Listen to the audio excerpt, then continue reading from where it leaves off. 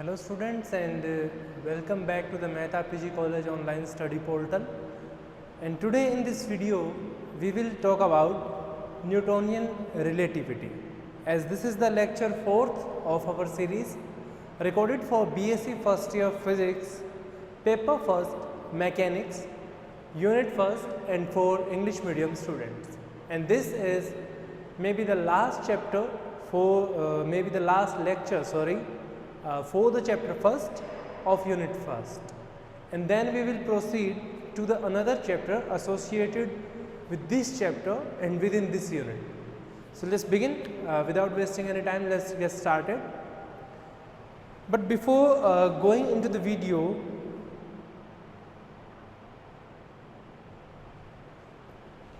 before starting to the video, I would like to request you that if you haven't subscribed the channel, then please subscribe the channel and press the bell icon for the futuristic videos of these kinds. And thank you very much for your support as you have shown to the Mehta PG College online study portal. This is an official portal and for everyone whom are watching this video. So let's get started with the content. Today in this video we will talk about the Newtonian relativity. And Newtonian relativity is all about verifying the Newton's law of motion. Yes, within Newtonian relativity we will verify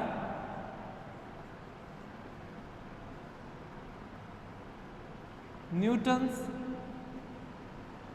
laws of motion. As you know, a famous scientist named Newton given three basic laws which are the biggest or the smallest or maybe some kind of the simplest explanation of motion of any kind of particle. This is subjected only to the macro particles, not to the micro particles. We are not talking about the micro particles, but we will talk about the macro particles here. Even when you are consider yourself as a frame of reference and then you are subjected to be a particle or an observer, then you are at a macroscopic level, not at a microscopic level. This is one thing to remember, and if you won't remember, then it has no meanings at all. Okay, so let's begin here. We will talk about the Newton's laws of motion and then we'll verify them within one frame of reference to the another one. So let's find out how we will verify, but before going deep into the Newtonian relativity, we should talk about the Newton's laws of motions here. The Newton's laws of motions describing the motion of any particles at a macroscopic level. This is the one thing to remember.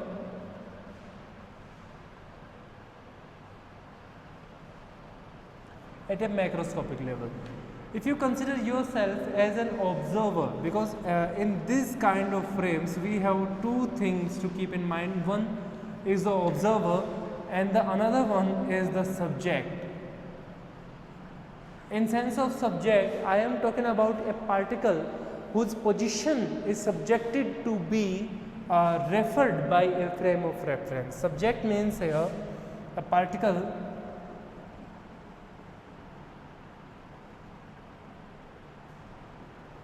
whose, this is not some sort of position only, because the frame of reference will justify not only the position but the velocity transformation and also the acceleration variations. And then if you remember that we have talked about some fundamentals of such kind of variations, saying as the transformation of force and the conservation of momentum, then the conservation of energy. The whole things were discussed in the previous lecture, so if you hadn't watched the previous lecture, then maybe this lecture be some sort of difficult for you or maybe come up with some complexity. So if you would like to, if you have a time to spend with this kind of video or with this particular video, then I would suggest you to watch the lecture third, the previous lecture first, and then come up with this lecture. Then this lecture will be easier for you. Okay, so let's begin with the topic here. What is a subject? Subject is a particle whose statics, in sense whose statistics is to be explained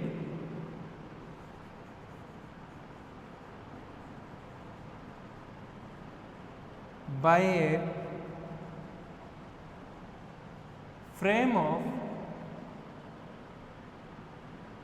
reference. So this is it. This is a subject, and what is an observer? Observer is to whom the statistics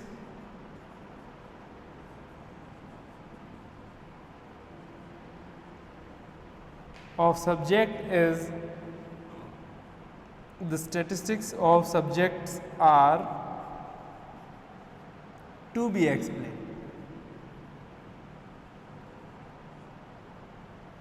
So here we have two simple definitions saying a subject is something whose positions or whose statistics is to be explained, and observer is that particular to whom all these statistics are supposed to be explained. So let's begin with the laws, and we will talk about the invariance of Newtonian mechanics here. Okay, so let's begin with the fundamental laws or the fundamental theories. First, we should talk about the Newton's laws of motion.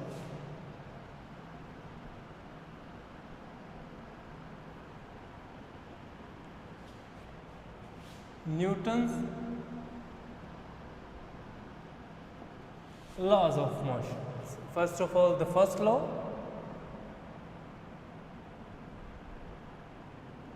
or simply you can call it as the law of inertia. If you remember the subject of inertial or non-inertial frames, yes, first law or the law of inertia.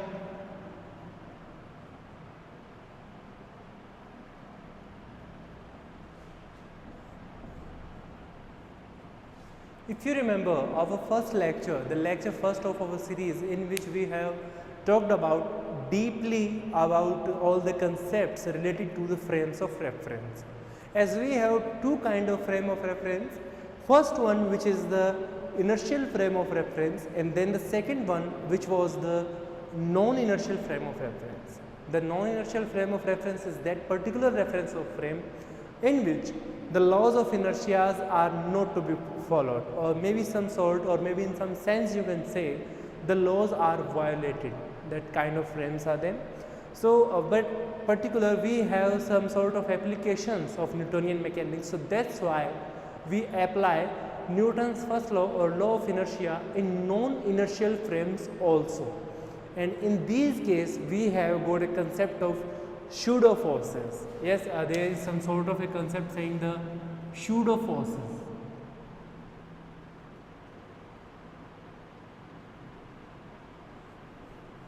I think that I had discussed pseudo forces in the first lecture, but if I don't, then you can get introduction here. Pseudo forces are the forces which are not acting exactly at that time, but are supposed to be acting, so that we can apply Newton's laws of motion or the Newton's first law in some sort, you can say the law of inertia in a particular non-inertial frame of reference. Then we consider that some sort of forces are working on there, and in that sense we come up with having a concept of pseudo forces. Pseudo means something that is not exactly present there, but supposed to be present there, some sort of some kind of memories, like as if some person got lost or maybe not in here, then you are thinking something that the person is supposed to be here. In the same sense, this is that particular types of force which are supposed to be there but not exactly they are there. So this is what it is. So the first law, which is the law of inertia, in this sense we say that the position in sense, I would like to say the rest or motion, maybe something of this. And motion, what kind of motion? It should be the uniform motion. Okay, the velocity by which the particle or the subject you are taking into consideration is moving, then that particular velocity is supposed to be uniform all over the linear space where your subject or your particle is moving. Okay, the position saying the rest or motion of any particle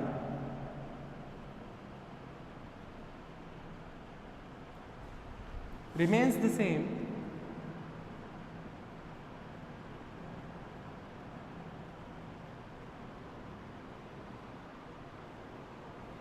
unless or until no external force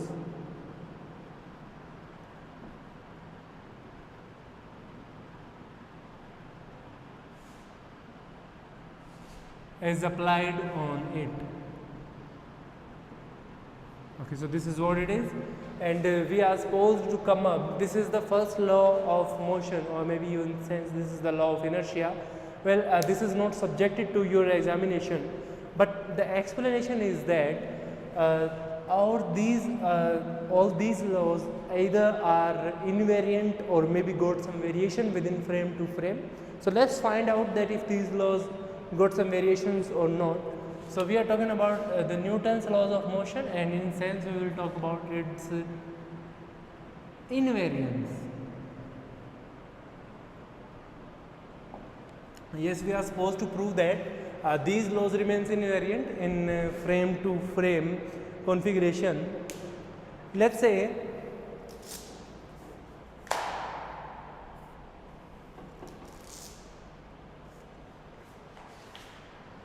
okay, so in non-inertial frame of reference, when we are talking about the concept here, which is the non-inertial frame of reference,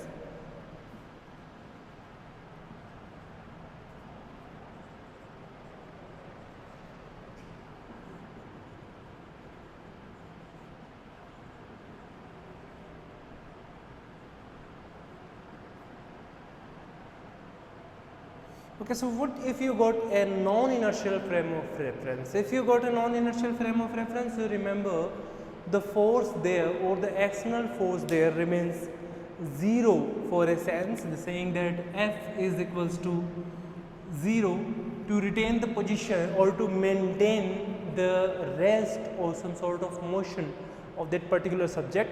The force must be 0. And if the force is equals to 0, then you see that mass into acceleration, which is equals to the force, must be 0. Again, this must be 0.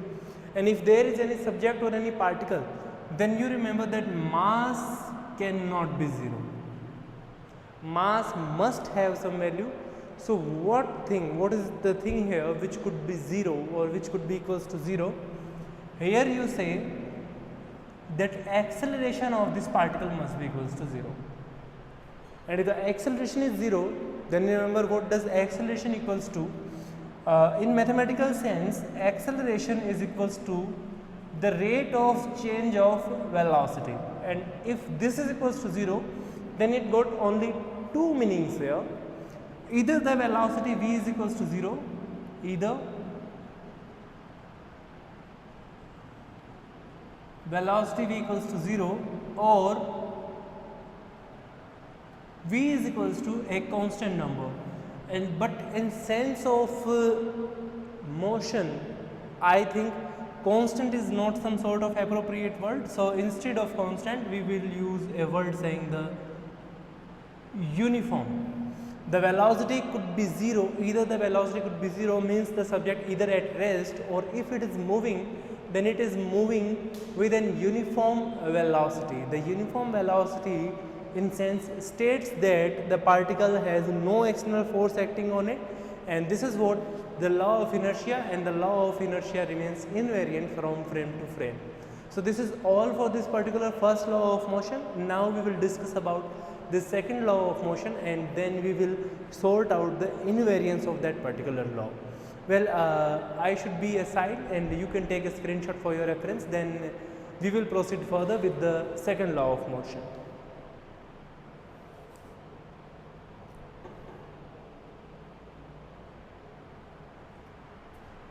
I hope that you are done with the screenshot, so I think I should clear this off and then we will proceed further.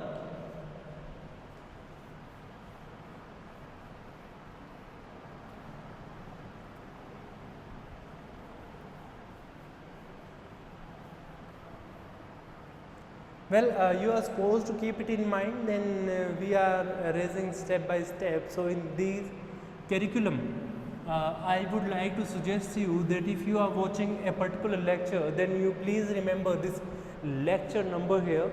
This lecture number means that if it is the lecture 4th, then it means that the 3 lectures has been recorded earlier, and those lectures are supposed to be watched for you, and then this lecture will be helpful or will be less complicated for you.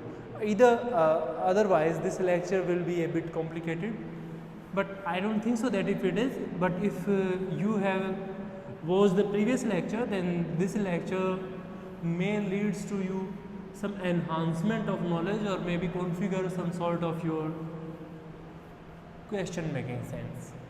Okay, so we are continued with the Newtonian relativity. So now we will talk about the second law here. Sorry.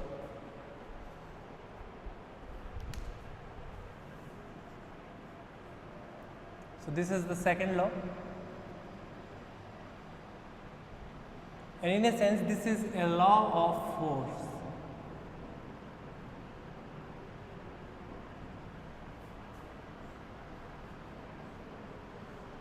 Okay, so we are talking about the law of force here. So what kind of a force you are supposed to come up with? In Newtonian mechanics or in Newtonian laws of motion or Newton's law of motion, the second law describes a relation between force and momentum. Yes, a second law is a relation between force and momentum. So what kind of a force we are talking about, or what kind of a relation it is? In second law, it says that the rate of change of momentum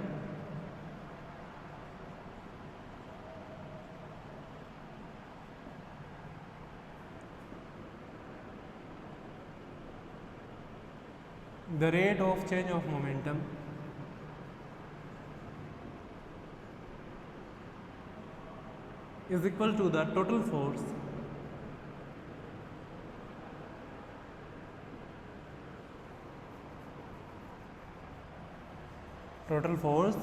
applied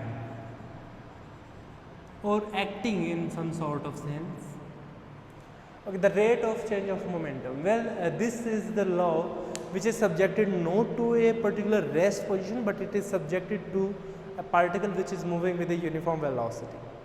If you remember the previous lecture, I mean the lecture 3rd, I know that I am talking about very much about the previous lecture, because if you hadn't watched the first lecture, then that is no more, then that has no more effects on there. But if you do not have watched the lecture 3rd, then maybe lecture 2nd, then maybe lecture 3rd will be more complicated for you. And if you hadn't watched the lecture 3rd, then this lecture has no meanings, because I am using the concepts from the 3rd lecture and 2nd lecture. Okay, so what type of concept we are using by now? We are using the concept of conservation of momentum. Yes.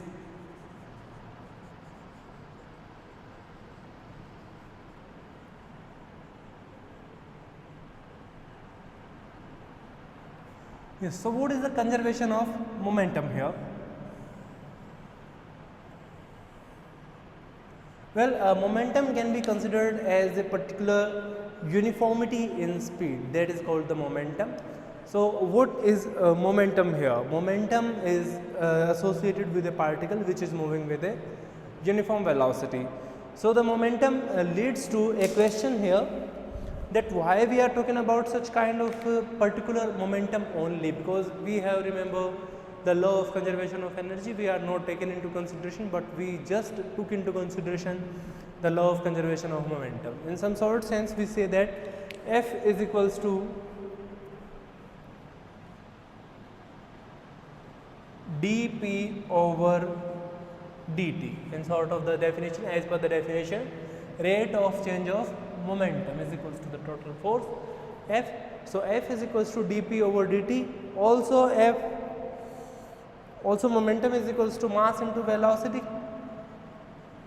So you can say mdv over dt here, and this is again equals to mass into acceleration.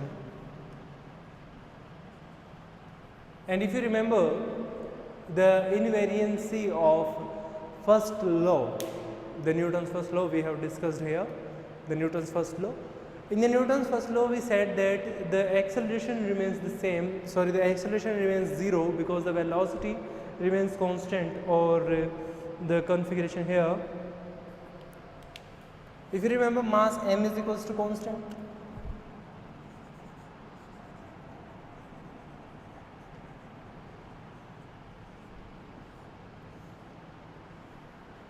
Some of you students may taken into consideration a concept saying that if a particle is moving within a particular velocity or within a particular direction, then there must be a concept of effective mass. Well, this is off topic which I am talking about, the concept of effective mass.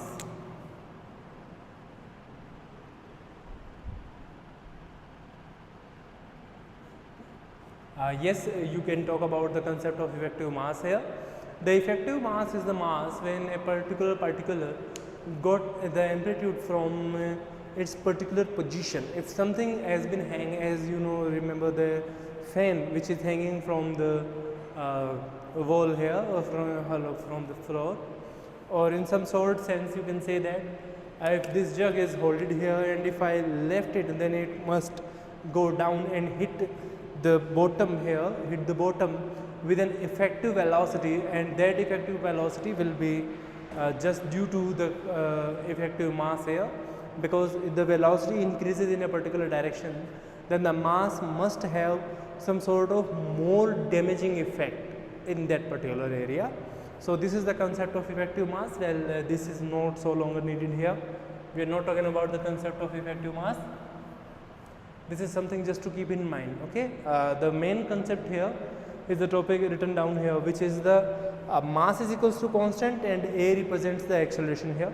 And if you remember the previous law saying this is as same as of the first law. So this law is again got an invariance just because of the conservation of momentum. This is the concept of conservation of momentum, which leads us to know that this particular law also remains invariant within the transformation from one reference frame to another reference frame. Okay, so let's proceed to the next example, saying that the Newton's third law of motion, which is, this is the law of force, and the third law is the law of action. Okay, this is the third law here.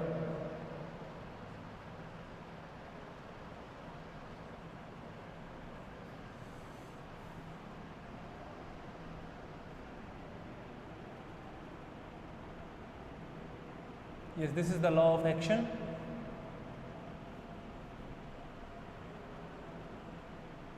Okay, so what is the law of action here?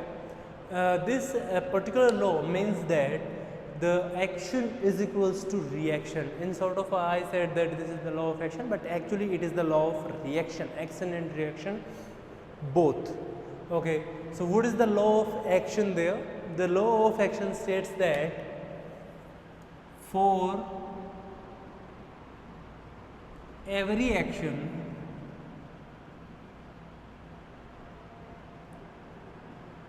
there is a reaction takes place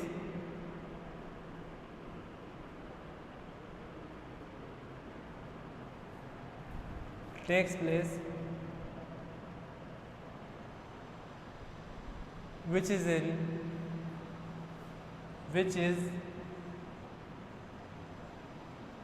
equal in strength.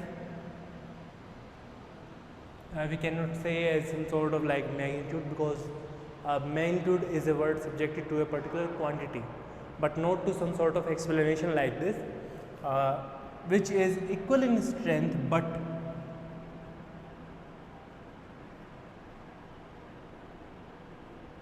opposite in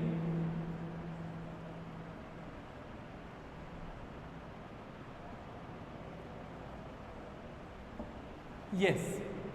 For every action there is a reaction takes place which is equal in strength but opposite in direction. So this is what the third law states. So this is the statement of third law. Mathematically you can say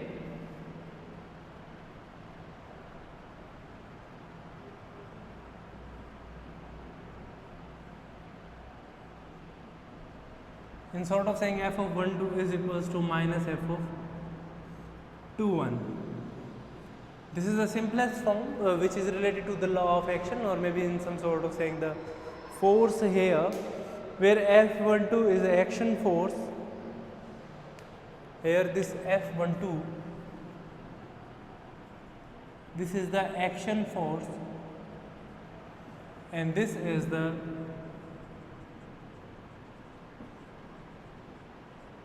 we got some phenomena which are explaining the third law of motion, saying that a slippery floor, some sort of sense you say, if you remember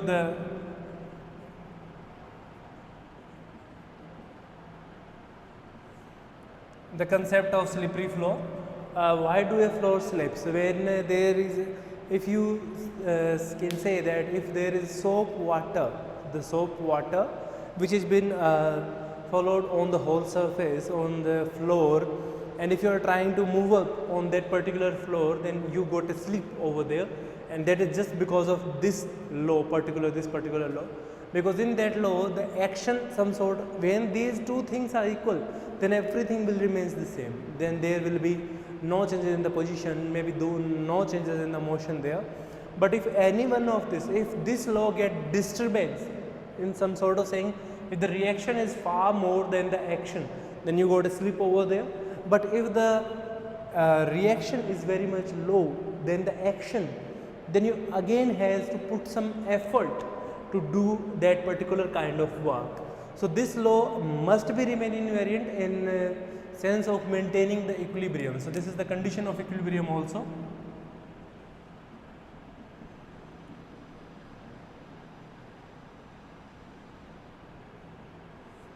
Well, this is also the condition of equilibrium. When this condition gets some disturbance, then the physical phenomena, then all of the physical phenomena get some disturbance just because of this law. So this law is also supposed to be remains invariant, but we will prove its invariance in mathematical sense, saying that if you are taking these into consideration, saying the force, action force, saying the F maybe, or the reaction force, saying the F dash. Okay, these are, both of these are the vector quantities. But if you take magnitude only,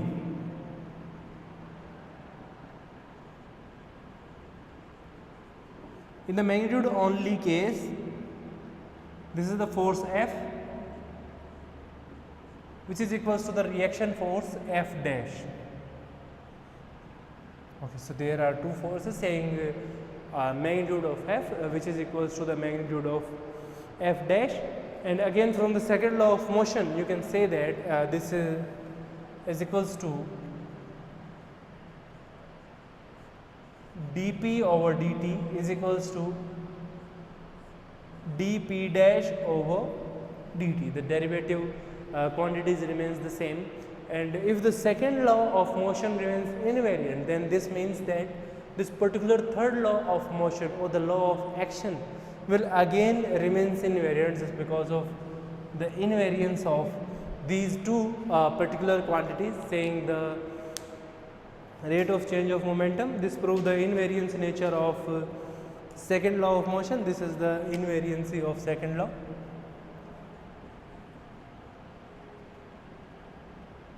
Invariancy of second law. And if the second law remains invariant, then this states that the third law will again remains invariant. Thus,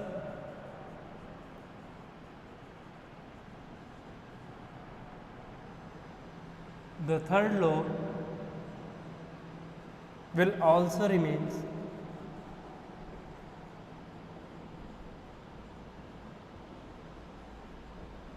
invariant. Remains invariant under the reference transformation from one reference frame to the another reference frame. Okay, so this is all for the Newtonian mechanics, or the invariance of Newtonian relativity. So you remember the concept of Newtonian relativity? Well, you can take a screenshot for your reference, then we will talk about all these things here, and then we will proceed for the mathematical explanation.